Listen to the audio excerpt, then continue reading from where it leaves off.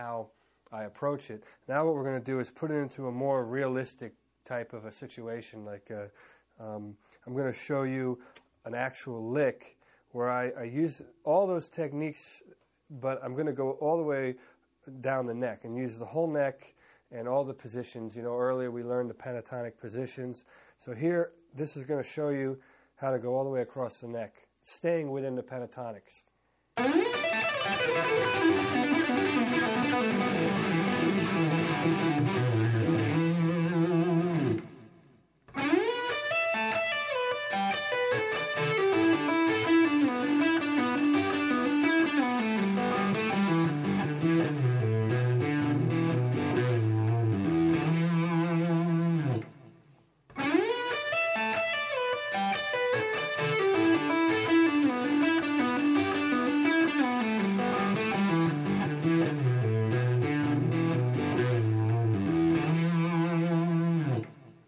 So far, I've showed you all this pentatonic stuff, and I've been trying to stick, you know, with the notes that are in the pentatonic scale, just because that's kind of what we're dealing with here.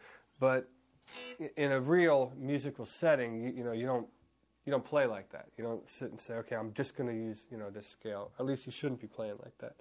So I'm going to show you like an example of how I might, you know, incorporate that in a solo with other passing tones and that sort of thing. So I'm going to play like a lick that utilizes all those techniques, and then I'll slow it down and demonstrate it for you, so then you'll be able to really see it in action. All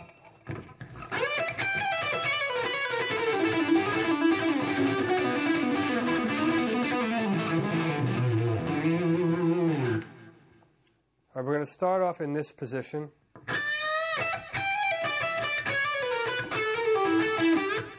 So that's like the front of the lick. And then we go into this sort of... And here's the key part where we slide down.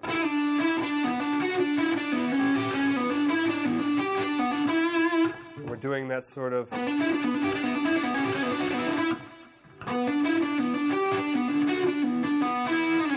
we're in there doing that sort of grouping.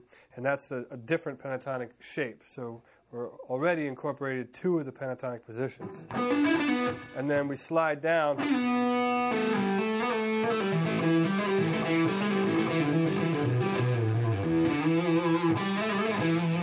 So we're utilizing this. Then we're in here. Then we come down.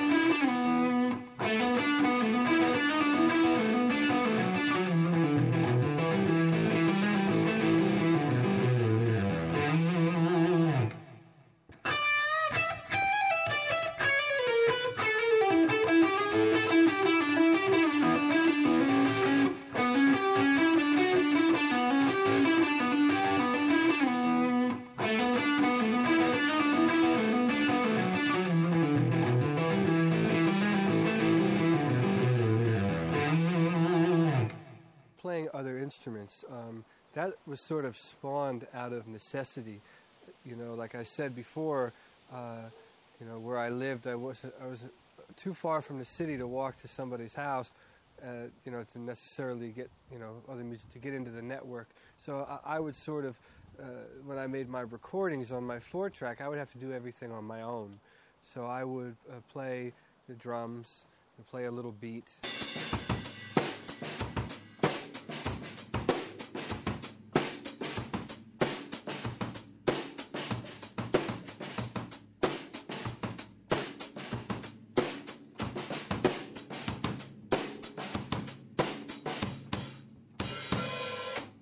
And then I would play a bass part and then overdub a guitar part.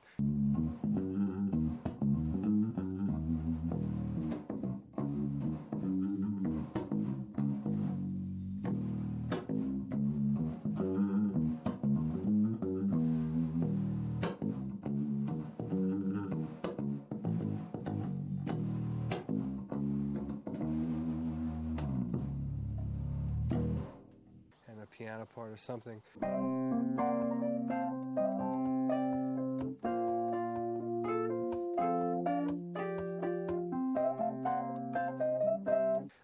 But I don't consider myself, a master at all different instruments. That's not how I see myself. I consider myself musically inclined. That's how I would put it. And I think that I excel as a guitar player. That's my strong point. And then, and also probably under that would be, singing and that sort of thing. And then by, my records, like you were asking me, I play the drums and play the bass. I've always had a love for the bass guitar, and I've always listened to the bass in music, and the guys like Bootsy Collins and Stanley Clarke and those kind of players.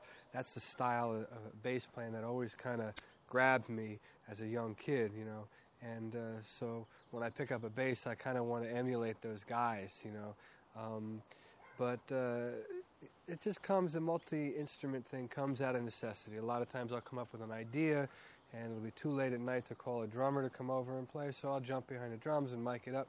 It might take me 15 tries to get it the way I want it, whereas a real drummer would come in and do it in 1 or 2 takes.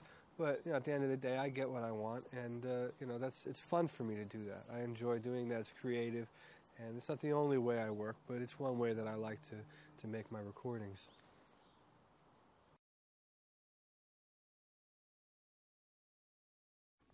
This section of the video is going to be focused on arpeggios, and I use a lot of arpeggios in my soloing, and I have a few different forms that I'd like to share with you. These are a great way to get around the neck and in and out of complex chord changes. What you're doing with an arpeggio is you're playing the notes of the chord. So for example, if you got a G major chord, you're playing the notes that are in that chord, which would be G, B, and D, and then the high octave, G again. And then you repeat it. Like that. So I'm going to start off showing you a very simple form arpeggio, and we'll get into the complicated stuff later as we go on. So let's start out here with G major.